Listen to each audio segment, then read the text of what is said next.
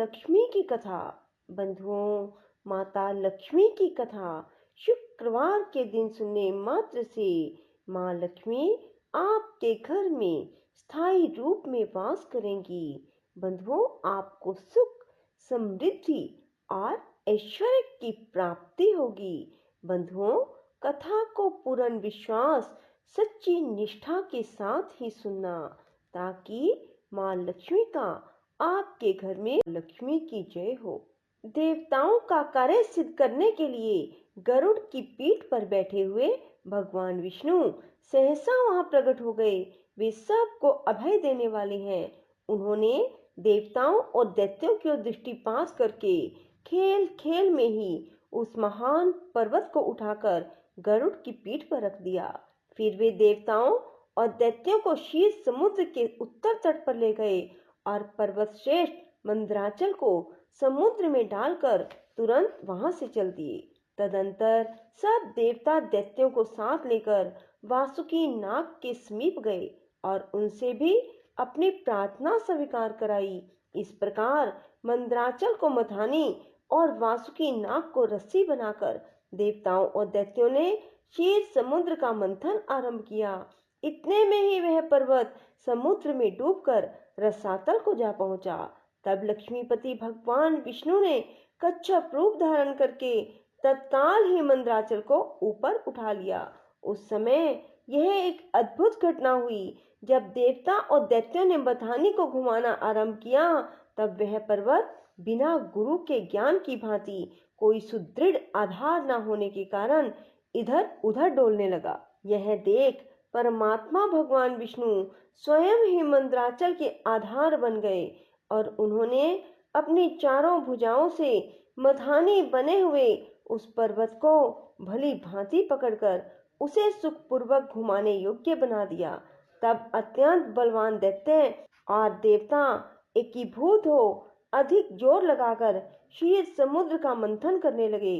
कच्छप रूपधारी भगवान की पीठ जन्म से ही कठोर थी और उस पर घूमने वाला पर्वत श्रेष्ठ मंदराचल भी वज्रसार की भांति दृढ़ था। उन दोनों की रगड़ से समुद्र में बड़वानल प्रकट हो गया। साथ ही हलाहल विष उत्पन्न हुआ। उस विष को सबसे पहले नारद जी ने देखा। तब अमित तेजस्वी देव ऋषि ने देवताओं को पुकार कर कहा, अदिति कुमारों, अब तुम समुद्र का मंथन ना करो। इस समय समुद्र उपद्रवों का नाश करने वाले भगवान शिव की प्रार्थना करो। वे प्रातपर हैं, परमानंद स्वरूप हैं। योगी पुरुष भी उन्हीं का ध्यान करते हैं। देवता अपने श्वास साधन में संलग्न हो समुद्र मथ रहे थे। वे अपनी ही अभिलाषा में तन्मय होने के कारण नारद जी की बात नहीं सुन सके। केवल उद्यम का भरोसा करके वे क्षीर सागर के मंथन में संलग्न थे। अधिक मंथन से जो हलाहल विष प्रकट हुआ, वह तीनों लोगों को भस्म कर देने वाला था। वह प्रौढ़ विष देवताओं का प्राण लेने के लिए उनके समीप आ पहुंचा और ऊपर नीचे संपूर्ण दिशाओं में फैल गया। समस्त प्राणियों को अपना ग्रास बनाने के लिए प्रकट हुए उस कालकूट विष को देखकर वे सब देवता और दैत्य हाथ में पकड़े हुए नागराज वासुकी को मंदराचल पर्वत सहित वहीं छोड़ भाग खड़े हुए। उस समय उस लोक संहारकारी कालकूट विष को भगवान शिव ने स्वयं अपना ग्रास बना लिया। उन्होंने उस विष को निर्दोष कर दिया। इस प्रकार भगवान शंकर की बड़ी भारी कृपा होने से देवता, असुर, मनुष्य, संपूर्ण त्रिलोकी की उस समय कालकूट विष से रक्षा हुई। इसके बाद भगवान विष्णु के समीप मंदराचल की मधानी और वासुकी नाग को रस्सी बनाकर देवताओं ने पुनः समुद्र मंथन आरंभ किया। तब समुद्र से देव कार्य की सिद्धि के लिए अमृतमयी कलाओं से परिपूर्ण चंद्रदेव प्रकट हुए। संपूर्ण देवता, असुर और दानवों ने भगवान चंद्रमा को प्रणाम किया और गर्गाचार्य जी से अपने अपने चंद्र बल की यथार्थ रूप से जिज्ञासा की।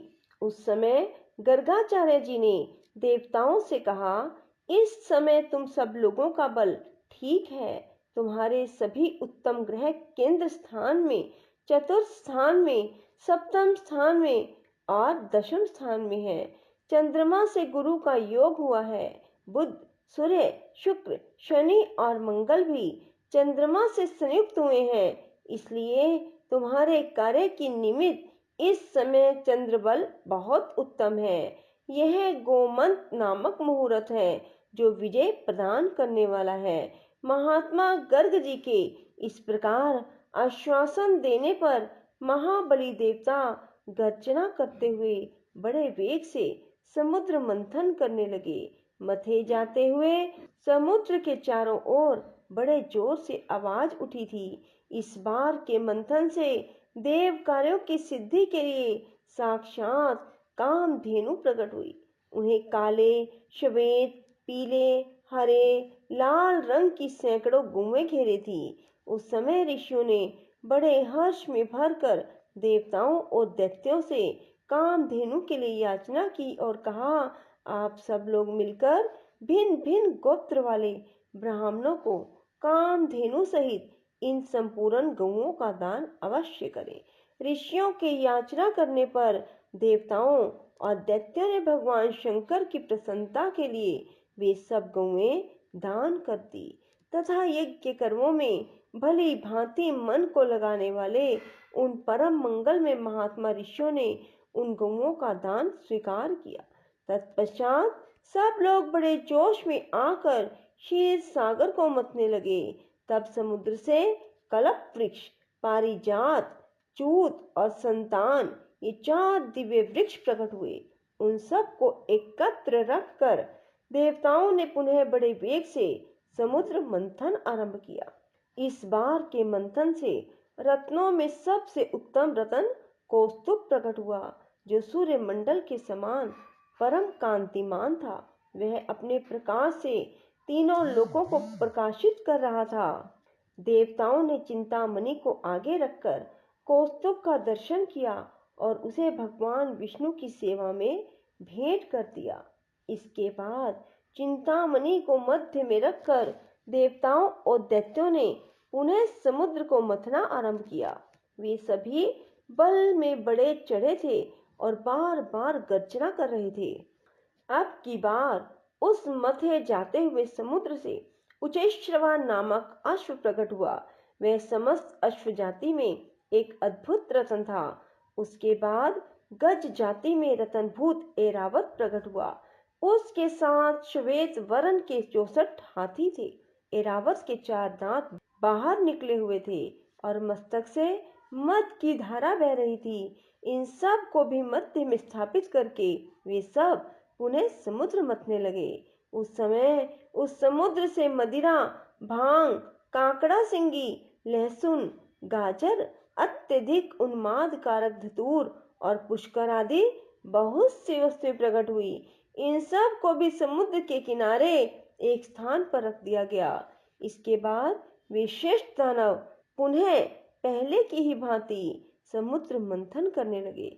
अब की बार समुद्र से संपूर्ण भुवनों की एकमात्र अधीश्वरी दिव्य रूपा देवी महालक्ष्मी प्रकट हुई, जिन्हें ब्रह्मवेता पुरुष वेदांत विद्या कहते हैं।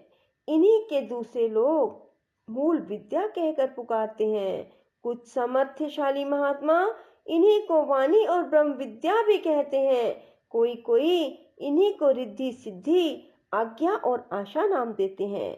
कोई योगी पुरुष इन्हीं को वैष्णवी कहते हैं। सदा उद्यम में लगे रहने वाले माया के अनुयायी इन्हीं को माया के रूप में जानते हैं। जो अनेक प्रकार के सिद्धांतों को जानने वाले ज्ञान शक्ति से संपन्न है, वे इन्हीं को भगवान की योग माया कहते हैं। देवताओं ने देखा देवी महालक्ष्मी का रूप परम सुंदर है। उनके मनोहर मुख पर स्वाभाविक प्रसन्नता विराजमान है। हार और नुपुरों से उनके श्री अंगों की बड़ी शोभा हो रही है। मस्तक पर छत्र तना हुआ है। चारों ओर से चंवर डुल रहे हैं।